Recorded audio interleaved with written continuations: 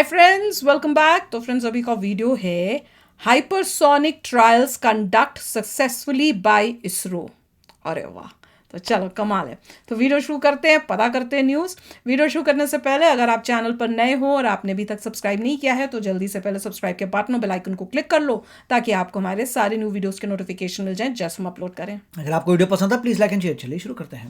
नमस्कार दोस्तों, स्वागत है आपका हिंदी नॉलेज शो में। तो दोस्तों 2022 की सबसे बड़ी डिफेंस न्यूज आ चुकी है और ये खबर है भारत के हाइपरसोनिक मिसाइल प्रोग्राम को लेकर। दरअसल अब से कुछ ही मिनटों पहले इसरो ने ट्विटर पर स्टेटमेंट जारी किया है जिसमें उन्होंने बताया है कि आज हमने भारत के हाइपरसोनिक व्हीकल का ट्रायल किया था जो पूरी तरीके से सफल हो चुका है और जो भी टारगेट दिए गए थे इस हाइपरसोनिक व्हीकल को वो इसने बड़ी आसानी के साथ अचीव कर लिए और इसी के साथ ये ट्रायल सफल हो चुका है। लेकिन आपके मन में सवाल आया होगा कि यार इस हाइपरसोनिक व्हीकल के टेस्ट को तो डीआरडीओ को करना चाहिए था। इसरो तो वो संस्था है जो अंतरिक्ष में काम करती है, रॉकेट बनाती है, उसका हाइपरसोनिक व्हीकल से क्या कनेक्शन। तो निश्चिंत हो जाइए, इस वीडियो में मैं आपको इस टेस्ट के बारे में भी जानकारी दूंगा, साथ ही ये भी बताऊंगा कि इसरो ने ये टेस्ट क्यों किया है। ये जानना आपके लिए अति महत्वपूर्ण है। तो चलिए अब बिना टाइम वेस्ट की वीडियो को तुरंत शुरू करते हैं। तो दोस्तों सबसे पहले इस ट्रायल के बारे में मैं आपको डिटेल इंफॉर्मेशन दे दूं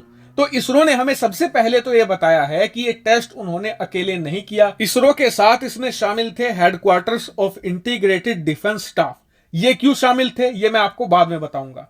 इसके अलावा सबसे खास बात इस ट्रायल की ये रही कि इसको लेकर कोई नो टाइम वार्निंग जारी नहीं की गई, ना ही इसके बारे में पहले से कोई इंफॉर्मेशन दी गई थी, यानी कि बहुत ही सीक्रेटिव तरीके से इसे अंजाम दिया गया है। तो सबसे खास बात, भारत जब भी किसी हथियार का टेस्ट करता है तो उसके बारे में टेक्निकल इंफॉर्मेशन दी जाती है कि हमारे हथियार ने कैसी परफॉर्मेंस दी है, क्या उसने ऊंचाई प्राप्त करी है, कितनी लंबी दूरी प्राप्त करी है और साथ ही उसने परफॉर्मेंस कैसी दी है। लेकिन इस टेस्ट के बारे में अभी तक किसी भी प्रकार की कोई भी एडिशनल टेक्निकल इंफॉर्मेशन नहीं दी गई है और इसके पीछे दो कारण हो सकते हैं। पहला ये कि भारत सीक्रेसी बरतना चाहता हो या फिर दूसरा ये कि अभी टेस्ट हुए 1 घंटा ही हुए हैं, मैं बहुत जल्दी वीडियो बना रहा हूं, हो सकता है बाद में इस पर डिटेल में इंफॉर्मेशन आए तो मैं आपको बाद में अलग से वीडियो बनाकर बता दूंगा। लेकिन अब आते हैं मेन मुद्दे पर कि अभी तक जितने भी भारत ने हाइपरसोनिक व्हीकल के परीक्षण किए हैं वो सारे के सारे डीआरडीओ द्वारा किए गए हैं। यहां तक कि हाइपरसोनिक टेक्नोलॉजी से जुड़ी हुई कोई छोटी मोटी चीज का टेस्ट भी हुआ है वो भी डीआरडीओ के द्वारा किया गया है।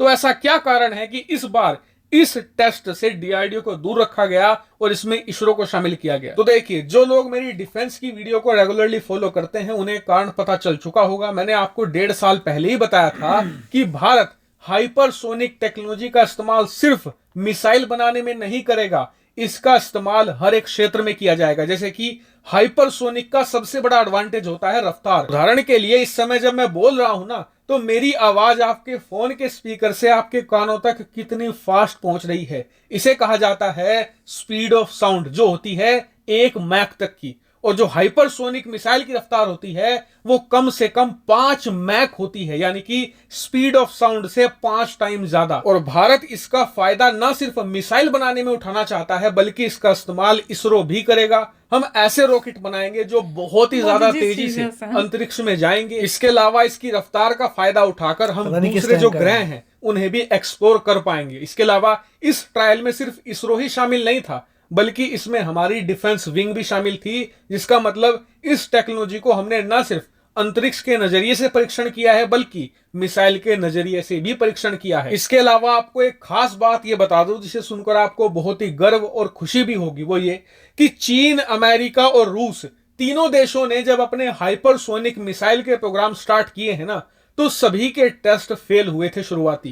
यहां तक कि चीन, अमेरिका के तो अब तक टेस्ट फेल हो रहे हैं। लेकिन भारत अब तक कम से कम 4 ऐसे टेस्ट और ट्रायल हाइपरसोनिक टेक्नोलॉजी के कर चुका है जो सारे के सारे 100% सफल रहे हैं। और इस सब का श्रेय जाता है हमारे वैज्ञानिकों को, उनकी मेहनत को, उनके दृढ़ निश्चय को और देश के प्रति उनकी सच्ची निष्ठा को। हम उन्हें सैल्यूट करते हैं। हालांकि इस पूरे रिपोर्ट पर आपका क्या मानना है कमेंट करके जरूर बताएगा। Thank you very much for watching video. काफ़ी अच्छा वीडियो था। अब देखिए इसमें यह है कि मतलब ये कहूँगा कि दुख की बात है या नहीं है, मगर चाइना सबसे आगे है। हाइपरसोनिक जितने भी वेपन्स हैं उसमें चाइना इज़ नंबर 1। यूएस भी कहते हैं कि अभी इतना एडवांस नहीं हुआ है जितना चाइना हो गया है, और रशिया भी काफ़ी एडवांस्ड है। तो ये सब देखते हुए मतलब मुझे लग रहा है कि यस, ये एक एरिया है जिसमें इंडिया को बहुत तेज़ी से आगे बढ़ना है, क्योंकि चाइना इस्टेब्लिश हो चुका है, रशिया भी हो चुका है। और ये बहुत अच्छी बात है कि यहाँ पे ट्रायल्स शुरू हो गए। अभी हमने बात ही की थी, उसमें ये कह रहे थे, मेरे ख्याल से 6 महीने की बात है, पे बोल रहे थे कि अभी इंडिया प्रोटोटाइप फेज़ पे है और प्रोटोटाइप बना रहे हैं। अब सीधा ट्रायल्स की बात आ गई, तो बहुत तेज़ी से हम लोग आगे बढ़ रहे हैं। और इसमें अगर छोटा वेपन भी बन जाता है वो भी सही है, बाद में उसको जो है एडवांस किया जा सकता है।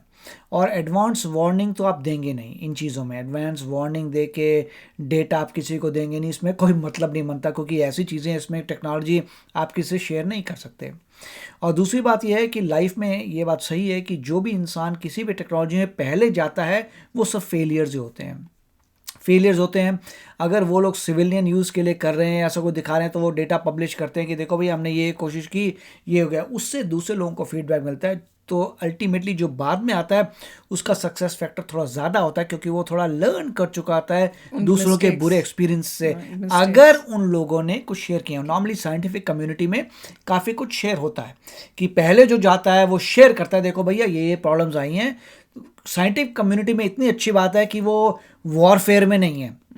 काफ़ी हद तक साइंटिस्ट शेयर करते हैं ह्यूमन मैन काइंड की ग्रेटनेस के लिए, कि ह्यूमन काइंड आगे बढ़े, इसलिए वो शेयर करते हैं। देखिए हमने ये पर वेपन्स को थोड़े कोई साइंटिस्ट, वेपन्स को नहीं, हाइपर सोनिक टेक्नोलॉजी के लिए उन्होंने शेयर किया होगा कि हमने ये ट्राई किया। हमें जो एक्चुअली खुफिया बातें वो तो कोई नहीं बताएगा, मगर कुछ एक्सपोज करते हैं कि हमारा फेल हुआ, क्यों हुआ, क्योंकि कुछ चीज़ें बताएंगे, कुछ साइंटिस्ट शेयर करेंगे, तो आपको कुछ आइडिया आ जाता है।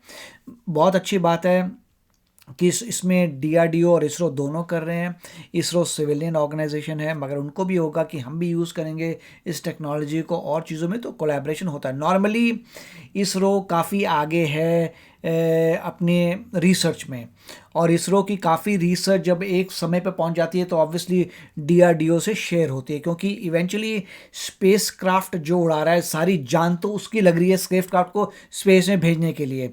बाद में एस्ट्रोनॉट्स जाएंगे, बाद में मून में जाना है, लैंड करना है, रोवर मार्स में, तो अभी काफ़ी जितना काम है वो कटिंग एज टेक्नोलॉजी सब इसरो की है। फिर वो लर्निंग्स लेके आप DRDO को दे रहे हैं, और DRDO देख रहा है कि कैसे उसे मिलिटराइज करें टू काउंटर और कंट्रीज जिन्होंने ये सब चीज़ें बना दी है। बीच में रॉ होता है, रॉ में अपने जितने भी स्पाई एजेंट्स हैं वो उससे पता कर रहा है कि किस देश के पास क्या क्या कैपेबिलिटी है। ऑफ कोर्स इंडिया को ऑलरेडी पता है कि क्या कैपेबिलिटी होगी चाइना की, इसीलिए इतनी जल्दी जल्दी काम हो रहा है। और बहुत अच्छी बात है कि ये सब हो रहा है। अल्टीमेटली हमें देखना ये है कि इंडिया का जब वेपन आता है उसका डेमोन्स्ट्रेशन कि कहाँ से हो रहा है, और वो तभी आएगा जब पूरा वेपन तैयार होके रेडी हो जाएगा। अभी जितने भी इन्होंने दिखाई थी वो सब कॉन्सेप्चुअल आइडियाज़ हैं कि कॉन्सेप्चुअल है, ऐसा हाइपरसोनिक वेपन्स होंगे। जब एक बार बन जाएगा, टेस्टिंग होगी और वेल एस्टैब्लिश होगा, तब आपको एक्चुअली नज़र आएगा लॉन्चेस हो रहे हैं, ये हो रहा है, वो हो रहा है। बट वेरी नाइस टू सी कि इंडिया बहुत तेज़ी से आगे बढ़ रहा है।